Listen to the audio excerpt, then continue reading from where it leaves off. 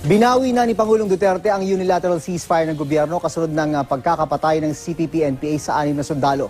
Gate naman ng CPP-NPA, ang AFP at ang PNP ang hindi sumunod sa kasunduan ng atakihin nito ang kampo nila sa Makilalan, North Cotabato. Nagbabalik si Bam Alegre. Go back to your camps, clean your rifles, and be ready to fight. Paubusan lang talaga to. Puno na raw ang Pangulo kasunod ng pagpatay ng CPP New People's Army sa 6 na sundalo sa loob lang ng 3 araw.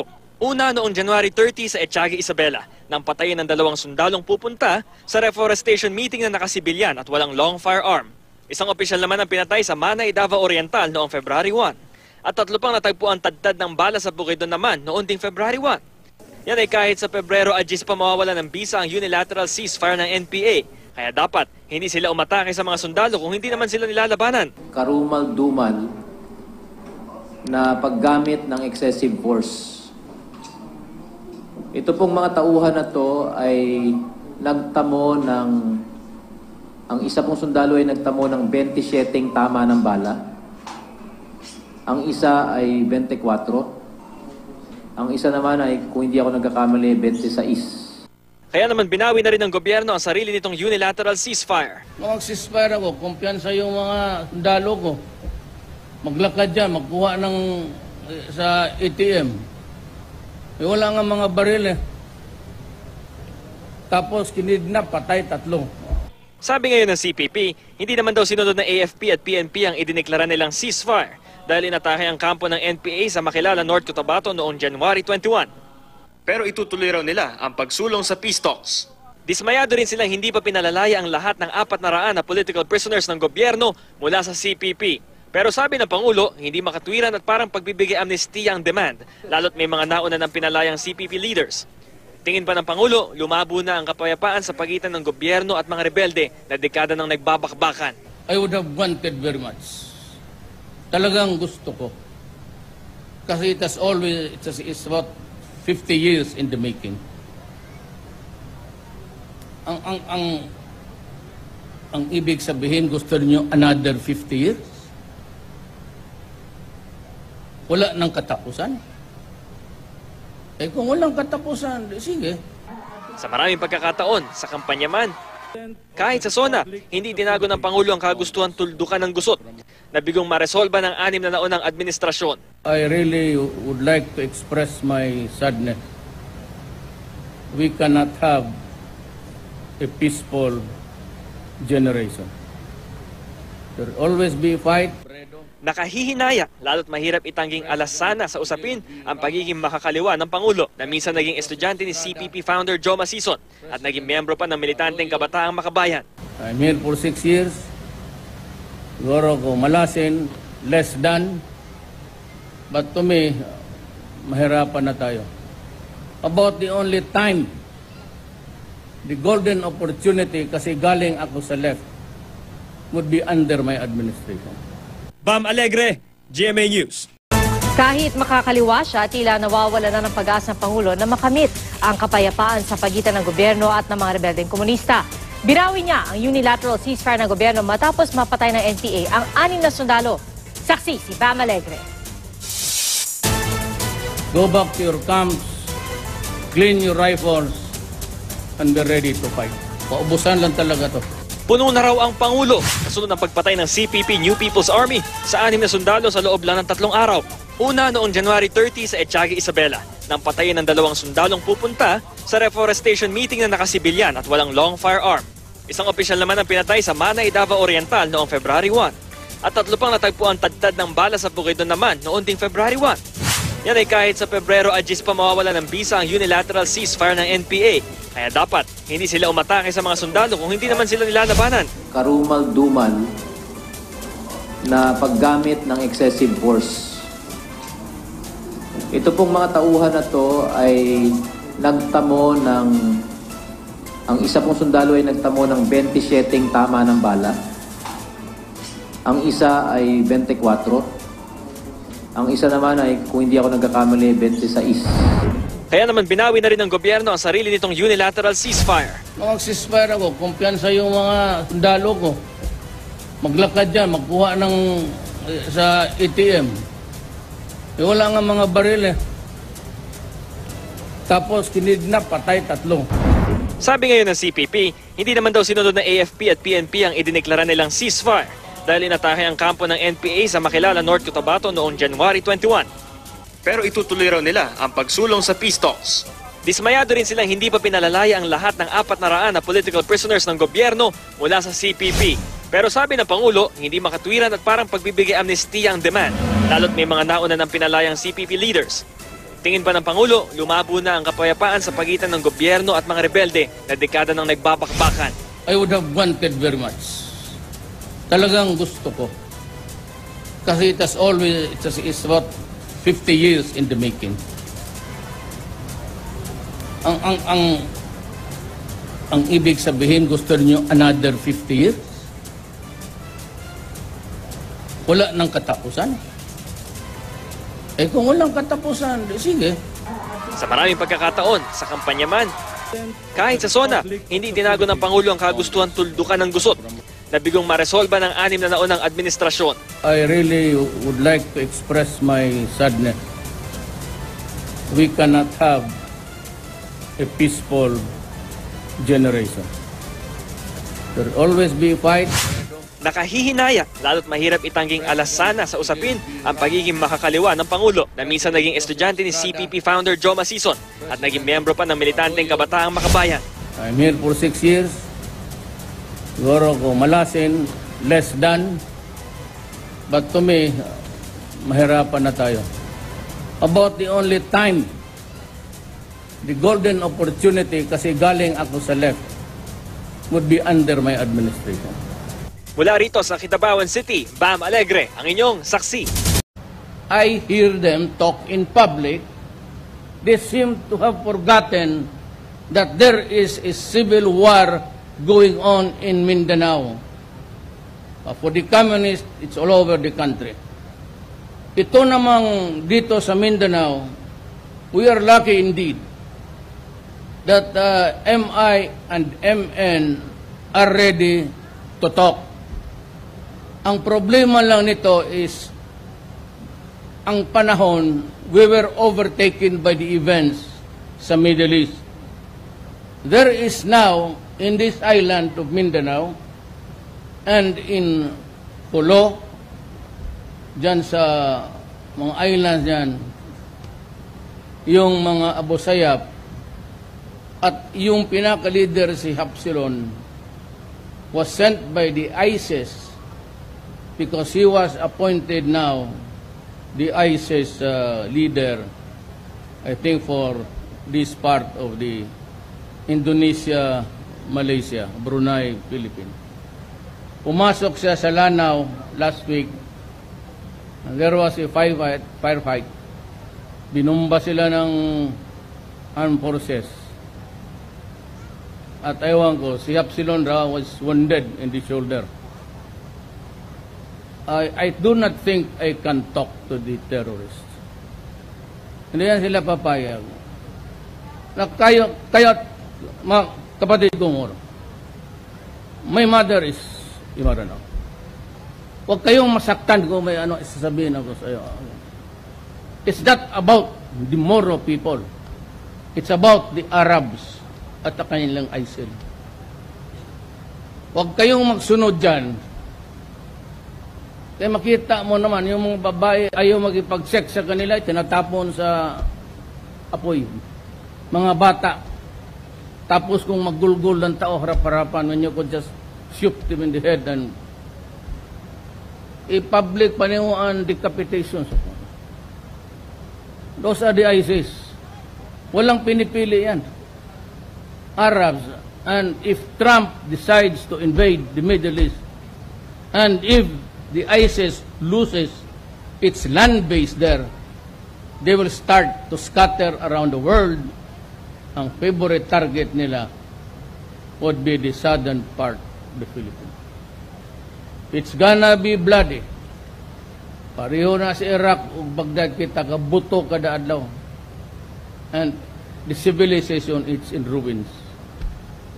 So that we have to prepare. Earlier, I guess, I could just get it pa usap lang by just being a good boy. Sige lang. Minsan, hindi insulto ako, gano'n. Okay lang. Part of the territory. Embarrassment, being humbled. Pero wag sobrahan kasi hindi naman talaga tayo palaaway, pero I would not allow my... So, we'll just have to buy arms, more bullets, more deaths. Ayaw ko. Kung yan ang gusto nila, pati mga komunista, wala man akong magawa. So, away tayo, let's give it another 50 years. Okay na siguro. I went out of my way, walked the extra mile, just to look for an opening where I can find peace for my country. I am not really, in the sense, maybe not the most decent person, but I entered into this exercise in utter good faith. Wala akong hangarin. Hindi ako tumatakbo na. Hindi ako nagkakampanya. At alam ninyo, pasalamat ako mga Ilonggo that I won here sa lahat. In the Muslim areas, nag-landslide ako. In Hulo, lahat. Pero ang problema, nandyan yung ISIS. Maybe the terrorist would not buy all of its... but the problem is, there is already a widening gap. Ako, for heaven's sake, I will never talk to the terror. But I'm ready to concede federalism to Norby Suare and to the MILF. Wala kayong problema sa akin, okay sa akin yan. Mas maligaya ako. But yun nun, narinig ninyo kagabi, Monsod, Davide, sila yung mga Pilipino, they think na ito yung gusto sila sa gisag. Trabaho nila yun yung komisyon na nilagay ni Cory after the EDSA Revolution. Yang konstitusyon na trabaho nila. They think that it's more than its weight of gold. Huwag niyo ito gawin ninyo. Walang alam, diktador lang, gano'n. Well, I'd like to address them. Okay, wala tayong problema.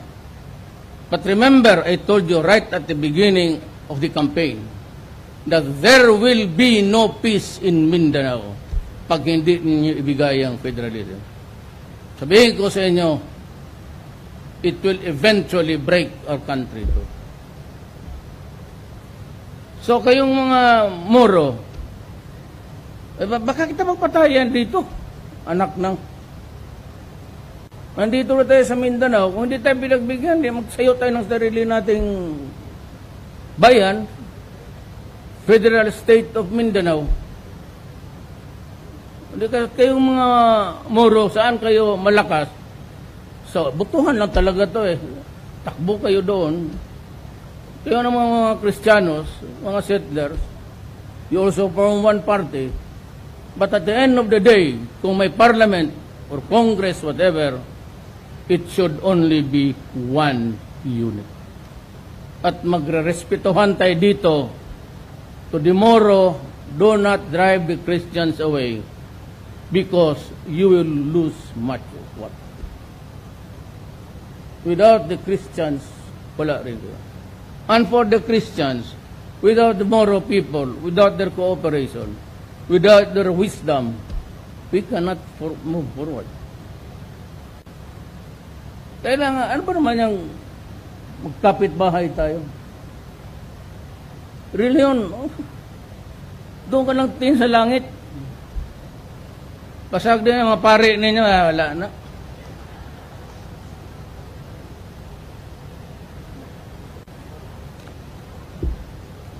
Pare, pagdungag lang na gubak. Ang ayaw ko sa pare, ayaw ko ng Katoliko, hipokrito. Huwag mong gawin yan, huwag mong gawin yan. Kung ako ang magawa, okay lang.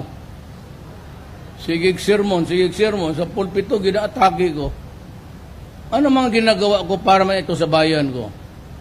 So, pinapatay ko yung tao, anak ng 4 million drug addicts, 4 million slaves, slaves sa kwarta, sa bulsa sa mga drug lord. Kanang puser ingon nila, pobre. Tarantado pala kayo eh. Kung dato na drug lord na, dili na puser. But there can be no drug lord o wala po yung post. Kisa may mo palit. Kisa may mo distribute. Di man ka mo. Kung mga dato ang po mga in-check. Wala na. Nagkago to. Tunulada ng siya bunga gina. Tapos patayin pobre ng katsinilas lang. Bakit mo ipilit yung inosente pobre? Sino kung pumatay ng... Tapos yung sabi ng 5,000. Anak itong mga pulis na ito, may... Yung nagpunta doon sa mga abogado, binibigyan niyan sila ng pera kasi pambili ng siyabo. If you do not have the money to buy those drugs from the pushers, wala kayong makuhang ebidensya. There is no trafficking, buy and sell of drugs. Ang krimen dyan is nagpipili ka para maubos lahat mga contaminate. Yang mga yan, binibigyan ng pera para makakaroon ng transaksyon. Kalabas-labasa ngayon, binaya daw sa kanila. Ibig sabihin, binulsa ninyo. Hindi ninyo binigay ang droga, ay pera, pinatay ninyo, walang kaso, hindi na nagastos yung pera, binulsa mo pa ang shabu siguro. Ano walang alangan, pagkabugok naman itong mga taga-Maynila talaga. Hoy, sabi ko, kaya mga taga-Maynila, hindi ako presidenteng pitsugan kagaya dyan sa inyo, ha? Kaya mga taga-Luzon, bali. Huwag niyo akong baliin, ha? Mindanao to.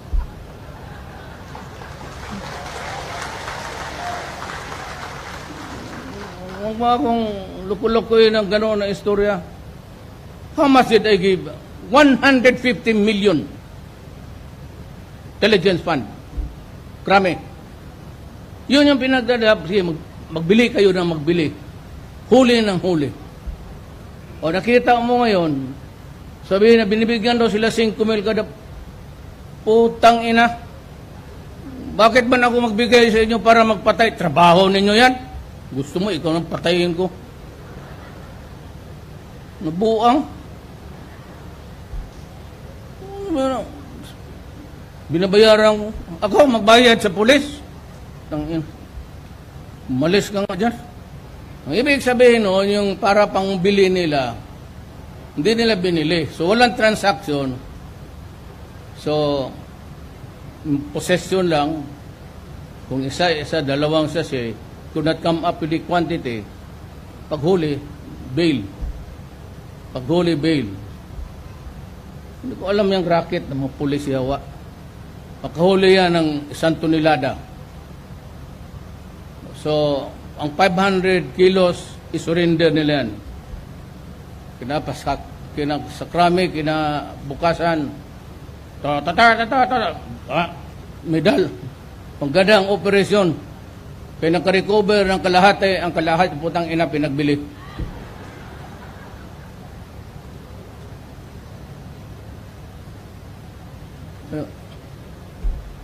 Huwag niyo akong baliit.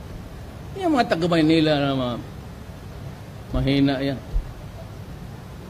Kaya kayo sabi, ayaw ninyo baliktarin ang konstitusyon, ayaw ninyo palitan. Fine. So, tomorrow people, you should know what to do if they come here. Ara kadako sa buluan, kapatagan, yung dadom na lang nga ito, panitan mo ah. Pabuot-buot sa aton.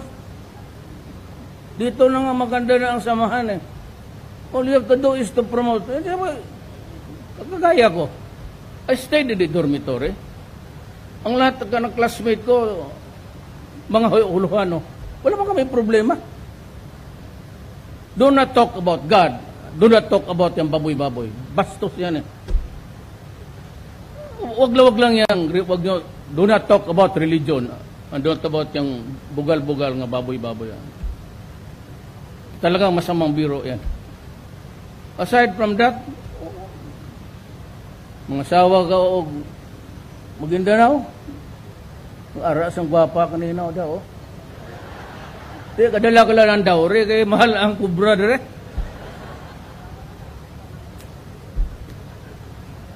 So I'd like to give my appreciation to our foreigner friends, sila si Roque, si Wang, for helping us realize the dream of this small Philippine. I appreciate it really very much, and if you have time, pass by my office or my man bahay ko diya sa Pasig. Pero ako dito ga puyo sa Pikas. Ti ang multo sa Malacañang basi adlaw nga pakita man. Ti ubang multo sa Pilipinas makita ko nga Paulinte Pilipino nga bluespad. Ti sa Malacañang karaking chair mga puti. Gagaguni itong pipa, baulinte ni nga. Di tangari, retreat. So dito ko katulog sa gagbayang sa kwarto sa Atbang. Punta kayo doon, honestly. Pagpunta si imitado ko kayo. We'll have dinner, batch by batch. Dali ni Secretary Piñote. Sabi niya, hindi naman daw siya maglaban na ng politika. Wala na daw kayong away dito kasi sidador lang.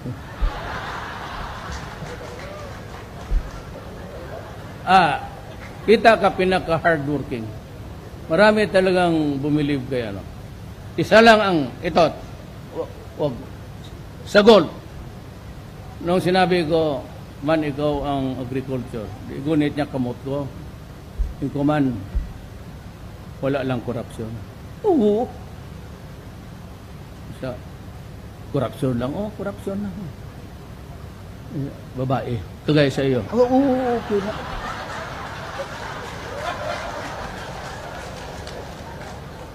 Patay sang luso, sang ilunggo. Way babae.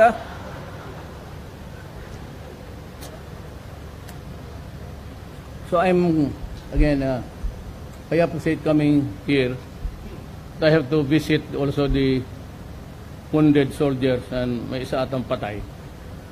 I'm really very sorry.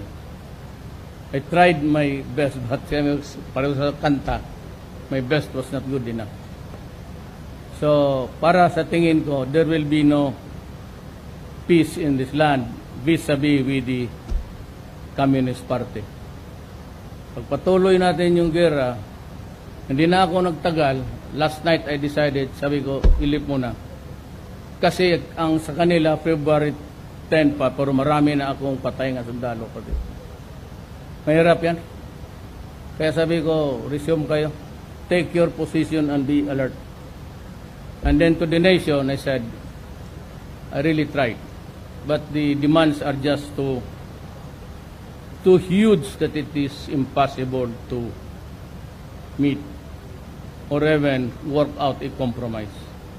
Para sa akin, releasing the leaders, the fact that they are there in Oslo talking is already a sign na gusto ko na sana talaga.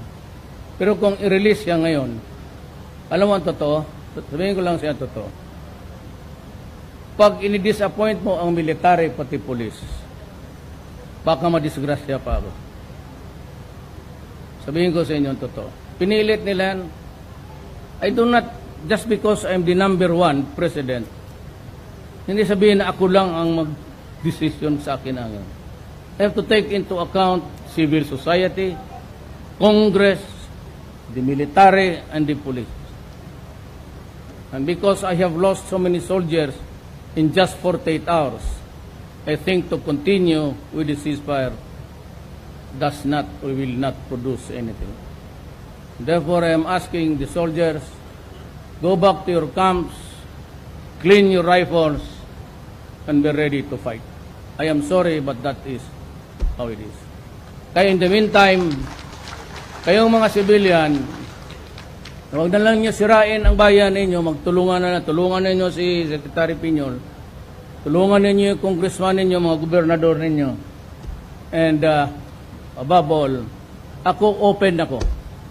Whatever is your problem, kung hindi din nyo masolba dito kay Secretary Piñol, kung hindi niya masolba, tell Secretary Piñol na samahin ka sa Malacanang. At i-reimburse ko siya sa pamasahe. Tapos tanungin ko kung ano ang problema mo. Kung naghiwalay ka na kayo, iniwan ka ng asawa, at nagka-problema ka, wag mo na siyang kunin. Si Piñol na ibahala ito. Pitaw, mga kapatid kong Moro, Assalamualaikum, the Christian community, kindly just, bakit sa Malaysia they're able to do it? Why do you have to hate your katabi mo na Maguindanao? Wala, pareho man kayo, ha? Why have to generate hatred here? Ano kasalanan din ng mga Moro na sila nga nauna dito? Ganon na lang tayo. Timpla-timpla na lang. And maybe. But I'm sad to report to you that there will be no peace with the communists for the next generation. So, paubusan lang talaga to. Wala akong magawa.